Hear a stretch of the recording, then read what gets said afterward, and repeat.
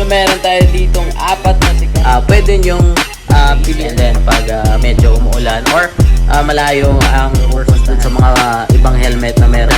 Yan yung mga ito yung liit sa ulo. Yung sec element, yung kavalyo ng medium na yung mga paddings na nakalagay dyan. And syempre kung ano yung mga ayun, good day sa lahat. So meron tayo ditong apat na sikat na helmet na lumabas noong mga past months. So kung naalala nyo, ay na-review natin to, yung Sec Element, and then yung pinaka-past pa, syempre yung Sec Horizon sa hindi nakaalam dyan, and yung Sec Pilot na version 1 and version 3 na Whirlwind. I think lahat naman to na-review na natin. So gusto ko lang ipakita sa inyo kung ano ang kagandahan and kung ano yung mas gusto nyo and kung ano yung pwede nyong piliin. Sa bagay, lahat naman to maganda and lahat sila ay modular. So alam naman natin kung modular, pwede nating itaas yung nasa or pwede nating gawing half face kapag mainit. And mas marami kasi bumibili ngayon ng modular kasi nga pwede mo siya gawing half face, and then pag medyo umuulan or malayo ang pupuntahan ay i-close mo lang ay magiging full face na siya, no? So alam naman natin kapag entry level ng mga modular na branded ay medyo mabigat. So halos lahat magka-the-same ng bigat, pero kung siguro wala naman tayong weighing or scale dito para sa weight, correct me if I'm wrong, I think hindi sila siguro hindi sila bababa sa mga 1.6 grams, no? Halos lahat sila nasa siguro mga 1.650 base lang sa mga nahawakan ko dito versus dun sa mga ibang helmet na merong nakalagay na weight. Kasi mostly dito sa mga Sec modular walang nakalagay kung ano yung bigat nila sa likod. I don't know why. Pero sa mga full face naman, meron naman sila mga weight naka-indicate doon sa likuran. Pero sa mga modular, mostly wala nakalagay. Usually lang ICC, FMVS, ECE if meron. Pero I think wala silang mga nakalagay na mga weight, no? So yung pinakabago dyan, syempre, yung Sec Element na sobrang astig, yung pinakabago or pinaka-latest na spoiler na nilagay sa mga helmet ng Sec, no? So yun yung kagandahan ngayon, ay napaka-trending excuse me, yung helmet na yan kasi nga naka-fire red gold na yung kanyang visor, and siya lang ata naka-fire red gold na lens. Kung i-compare mo doon, ang sa Sec Whirlwind lang ay gold lens lang siya, no? Yan yung mga I think pag binili mo siya, yan yung mga stock parts niya na nakalagay sa kanilang helmet, no? So ayan, marami pa yung kulay, pero ito lang yung pinadala ng supplier natin. Pero kapag meron na sila, ay order tayo lahat ng kulay. And sa mga sa sizing nga pala, sobrang magkaiba silang sizing. Siyempre, alam naman natin XL, large, o ano pa man yan, ay magkaiba talaga. Pero kung i-fit mo sila na magkapareho na size, ito yung liit sa ulo, yung Sec Element. At least bigyan ko kayo ng idea kapag siguro kapag order kayo ng online. So kapag kumbaga dito sa Sec Horizon ay medium ka, tapos bibili ka ng Sec Element, yung kavalyo ng medium ng Sec Horizon, kung di ako nagkakamali, is XL, kasi malaki yung space dito sa loob ng Sec Horizon. Kung dito ay medium ka, dito naman sa Sec Element, kung bibili ka nitong helmet na to, ay XL ka. And dito naman kasi dito sa Sec Pilot, parang magka-the-same sila ng fitting, pero mas yung paddings yan, mamaya siguro papakita ko na lang yung mga paddings nito, ay papahigain natin or patagilid para makita nyo yung mga paddings na nakalagay dyan. And syempre kung ano yung mga, I think nasabi ko naman lahat siguro. Yung wala lang dito, kung naalala nyo, yung Sec Windstorm, Sec Revolt version 3, kasi wala yung mga stock ngayon, ewan ko kung bakit, pero yun yung mga nag-trending din na mga modular ng Sec. So sa ngayon, ito yung mga available sa atin na mga modular, yung mga pinaka-latest. Version 3, version 1 na Sec Pilot. Hindi ko nagkakamali. Version ano ba tong Horizon? Version 2 ata to, meron pa kasi nito. Yung iba naman yung graphics niya. I think ito yung version 2, yung version 3 naman yung may pinakamagandang graphics. And I think this is version 1 pa lang ng Sec Element. Ayan. Siyempre yung motor natin dyan, WR, no? And ayan, malapitan. Lapitan. And gusto ko lang ipakita sa inyo yung mga paddings. So ayan, higain natin para makita nyo. And syempre, magka-idea din na kayo. Ayan. Siguro magbe-base tayo kung gaano siya kakapal and kung gaano ka-smooth yung mga paddings. No? Malinis naman yung carton natin dyan, syempre. And yung Sek Horizon. Ayan. So, ganun din dito sa... Ayan. Ayan. So, ayan. Nakita nyo ba? So, ito yung Sek Whirlwind. Yan yung paddings niya. Kung nagtatanong ka naman kung intercom, yes, intercom ready. Sek Pilot, intercom ready din. Ayan. May space po dyan na pabilog.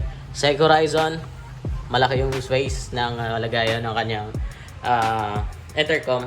Ganon din sa Sek Pilot. Sek Element nga pala. Sek Pilot yon, Sek Horizon, and Sek Whirlwind. So, ano yung pinagkaiba nila? Ayan, kung nakikita nyo. So, plain lang po na talaga yung paddings ng Sek Whirlwind. Kagaya ng mga version 1 nila nilabas na Sek Whirlwind na version 1. Yung Sek Pilot naman, pinaganda yung kanyang pagka-smoothness ng kanyang paddings, no? And may brown or white stitching dito. And syempre, ganun din hanggang doon sa loob. Wala kasi akong ilaw ito. Meron akong ilaw. Ayan. Para makita nyo. So hanggang loob yan. Napakaganda ng paddings. Ayan, kung wala pa kayong idea, maganda po yung paddings. Parang ito yung galing doon sa Sek Whirlwind at saka sa Windstorm na in-upgrade. Tapos yung paddings dito na ilagay ay yun na nga. Yung in-improve from doon. So paglagay dito sa Sek Pilot, pinaganda. And yung next kasi na lumabas itong Sek Horizon na meron ng emergency pull. Syempre. And yung paddings niya, ayos din. Pero kung malaki yung ulo mo, I think yung ang size sa large nito, parang XL na doon sa... Hindi ko nagkakamali. Parang XL doon sa Whirlwind. So, ayan. At least, may idea kayo, no? So, hindi naman to fully review ng apat na helmet na to kasi na-review naman natin lahat. So, bigyan ko lang kayo ng idea just in case meron kayong pinagpipilian sa apat na to. At least may idea kayo, no? So, syempre, pina-improve ng galing doon sa Sek Pilot. Pina-improve dito sa may Sek Horizon, no? So, may emergency pull na po siya and maganda pa rin yung paddings. Pero, mas naganda na ko sa paddings sa may itaas banda. And, I think mas maganda pa rin sa Sek Pilot pagdating sa smoothness ng kanilang paddings. Dito naman medyo kung i-compare lang natin, medyo hindi siya maganda masyado. Pero I think okay naman, hindi naman siya magaspang at smooth naman siya. Pero kung i-compare lang natin silang dalawa, I think mas smooth yung Sek Pilot, both lang sa may padding sa may cheeks. And so yan na, dito na tayo sa may yung pinaka-latest, yung Sek Element. Ayan, kita nyo naman siguro. Ito yung sinasabi ko nung last na video. Napakaganda ng paddings sa loob at syempre, ganun din yung build quality sa labas. Kasi napakaganda talaga in person. So, kapag malapit kayo sa mga shop dyan, puntahan nyo, check nyo muna. And sa mga order naman sa online, kahit hindi naman sa akin, kahit sa mga bigyan ko ng idea, mas maliit po yung, so size ano na po to? Size large versus dito sa size medium ng Horizon. Tignan nyo. Mas masikip, mas malaki pa si ito, si Sek Horizon. Medium po yan. And ito yung large ng Sek Element, no? So, ayan, bigyan ng idea. Makikita nyo naman na itong dalawa, Sek Pilot at yung Sek Horizon, magka-the same yan. Medium, ito medium din. So, parang magka-the same sila sa basehan lang dito, sa space dito, and ganon din dito. So, parang magka-the same ng size, I think, itong Whirlwind. Size, ano na po yan? Size medium. Ito naman yung, ay, hindi nga pala. Size large nga pala to. Pero, kung i-compare mo lang, basehan lang dyan, ay mas masikip ito. Siguro dito, mostly yung bibilhin dito XL and XX or double XL. Usually XL yung hinahanap dito. Kasi yung large nito, parang medium lang sa Sek Horizon, no? So, I think sakto naman ang pagkasabi natin. So again, so yan, bigyan ko lang kayo ng idea. So hindi to matagal na video or fully review. Gusto ko lang yung compare sila na apat at bigyan ko kayo ng idea. So sa pagandahan naman, syempre yung pinaka-latest yung excuse me, yung pinakamaganda syempre yung SEC element, no. Ayan, nakita niyo naman. So I think nasabi ko naman lahat. So lahat po sila intercom ready. So yung naghahanap ng intercom ready na helmet. So yung syempre yung pinaka nga pala, before ko makaligtaan, meron dito na naka-ready na ata na anti-fog. Ito ata yung SEC Horizon, hindi ako nagkakamali. So sige, balik natin sa kanilang pwesto ulit. Ito yung ayan, SEC Horizon, syempre SEC element. And meron akong nakita dito na wala sa SEC element. So sabi ko kasi nung last video natin, meron na sa kanya lahat. Pero meron din na kung nakaligtaan doon sabihin. So sabihin natin dito syempre.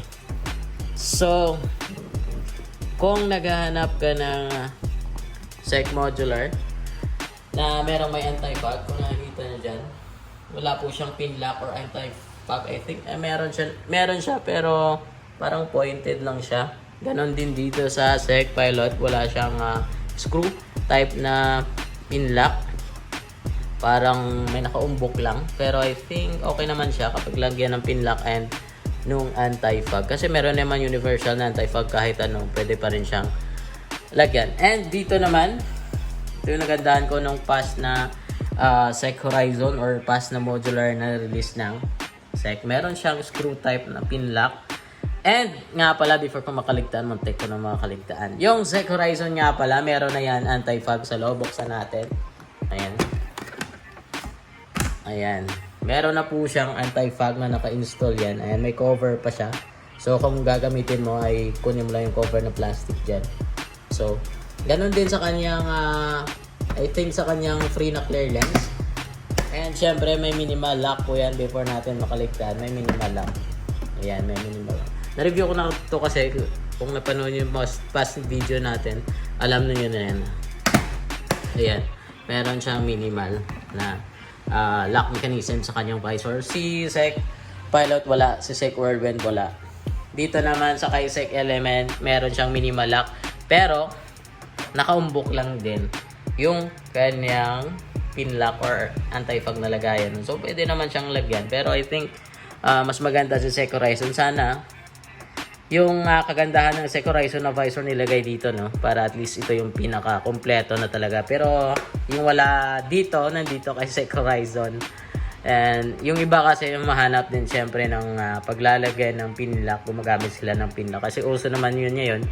Yung alam nyo na yun, yung pin lock, and syempre yung anti-fog nilalagay na sticker sa mga helmet. So kung gusto nyo talaga na halos lahat, siguro I think meron naman sa kay SEC Horizon.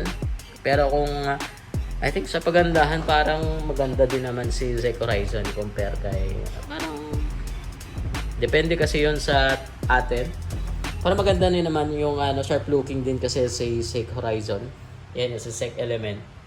Ewan ko lang kung anong mas bet nyo. At least na-compare natin yung apat na to. I think nasabi ko naman siguro lahat. Correct me if I'm wrong. Or just comment lang kayo dyan kung may katanungan kayo about sa mga helmet na ni-review natin ngayon. Kasi medyo humaba yung review natin dito sa mga helmet na to. So shoutout dun sa mga bagong subscriber natin dyan, sa mga nag-follow ng ating Facebook page and nag-like, mga nag-comment doon. Sana nasagot ko yung mga katanungan nyo. Sa mga hindi pa, I think wala akong idea doon. Sa mga hindi ko nasagutan. At chinecheck ko naman kasi kung sino nagko-comment doon, kung ano yung mga tinatanong. Syempre, sasagutin natin as long na alam natin, syempre. So by the way, SEC Element, yung pinaka-latest.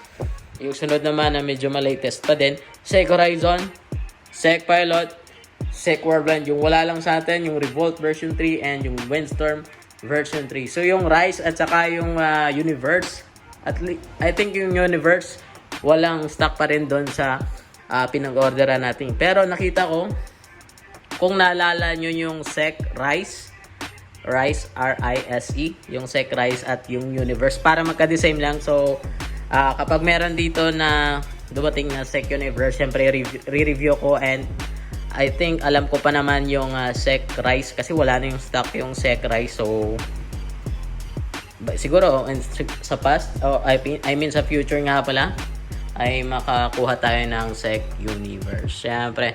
So shoutout doon sa inyong lahat. Salamat sa pagpanood. Peace.